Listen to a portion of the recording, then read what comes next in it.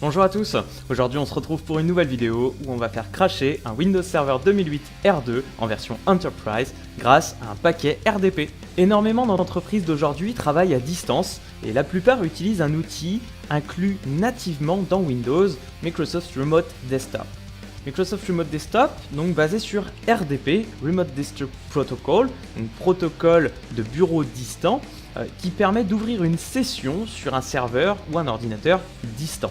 Seulement voilà, en 2012, et 2012 c'était il y a 5 ans, à l'échelle d'une entreprise 5 ans c'est rien du tout, donc en 2012 il y a une vulnérabilité qui a été découverte et qui porte le doux nom de MS12-020, et cette vulnérabilité elle touche la plupart des systèmes de l'époque, de Windows Server 2003 jusqu'à Windows Server 2008 R2. Et comme vous le savez très bien, la plupart des entreprises ne font pas les mises à jour de leurs serveurs. Tout simplement puisque arrêter un serveur en production, ce serait une perte financière trop excessive, et donc on préfère ne pas installer de mise à jour sur les serveurs et qu'ils continuent de fonctionner tant qu'ils peuvent. Certaines entreprises vont même jusqu'à bloquer les mises à jour afin de ne pas avoir de mauvaises surprises lors du redémarrage de leur serveur. On a tous connu ce moment un peu angoissant, merci Microsoft. Pour vous donner un cas concret, il y a eu une panne informatique à l'aéroport d'Orly en novembre 2015 qui était due à un serveur qui tournait sous Windows 3.1. C'est un système d'exploitation qui est sorti en 1992. Je n'étais même pas né. Pour en revenir à notre vulnérabilité, on va en fait forger un paquet RDP qui va nous permettre de changer le contenu du champ Max Channel IDs en lui attribuant une valeur inférieure ou égale à 5.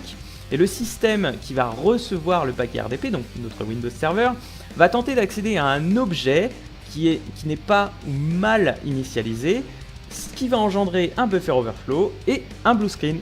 Et donc on passe tout de suite à la partie pratique avec donc deux machines virtuelles. Notre victime sera un Windows Server 2008 R2, c'est un service pack 1, donc son adresse IP sera 192.168.66.50.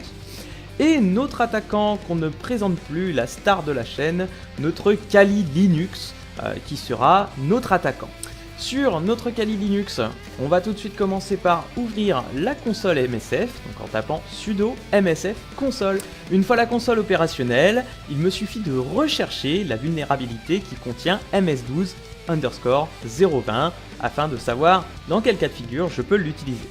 Pour cela, je fais un search MS12-020 et j'attends que la recherche est terminée. Une fois que la recherche a abouti, je peux vérifier que ma vulnérabilité a été trouvée et qu'il s'agit bien d'un déni de service sur des machines de type Windows en utilisant le protocole RDP. A partir de là, je vais copier cette ligne et dans la console MSF, je vais faire un use et je vais ensuite coller la ligne que je viens de copier. Je fais un show options pour voir les prérequis à fournir à la console MSF afin de valider cet exploit.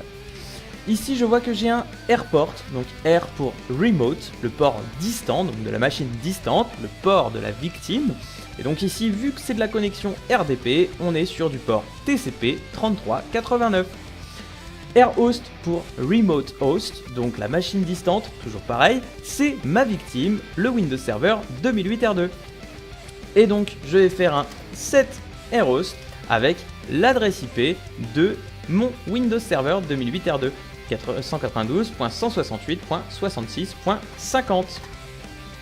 Si je refais un show options, je vois que toutes les conditions sont remplies. A partir de là, je n'ai plus qu'à rentrer la commande exploit afin que mon Kali Linux envoie un paquet reforgé RDP sur mon Windows Server 2008 R2 qui va mal interpréter ce paquet et nous générer un blue screen. C'est parti. Si je tape exploit, attention, j'appuie sur entrée. Et voilà, j'ai un super écran bleu de la part de mon Windows Server 2008 R2. Voilà, j'espère que cette vidéo vous aura plu. Tout ça pour vous montrer que la sécurité des entreprises est vraiment un enjeu délicat et qu'il faut faire beaucoup de compromis entre d'une part la sécurité et d'autre part les bénéfices générés par des machines qui sont tout le temps opérationnelles. Petite parenthèse pour vous parler d'Ethnical Informatics, c'est un jeune youtubeur de 21 ans. Je vous propose d'aller voir sa chaîne, le lien sera dans la description de cette vidéo. Il y a beaucoup de tutoriels très intéressants, aussi beaucoup de programmation et c'est ce qui m'a vraiment intéressé chez lui. Vous pouvez le retrouver sur tief1.fr, tout en bas du site dans la rubrique partenaires. Bon, ils sont pas nombreux pour le moment, mais ça va très vite s'agrandir, je vous le promets. On se retrouve très vite pour de nouveaux tutoriels. Je vous prépare un petit quelque chose, plusieurs épisodes axés sur le Raspberry. Pour ceux qui ne connaissent pas, il y aura aussi un lien dans la description de cette vidéo. J'espère que ça vous plaira et à très vite.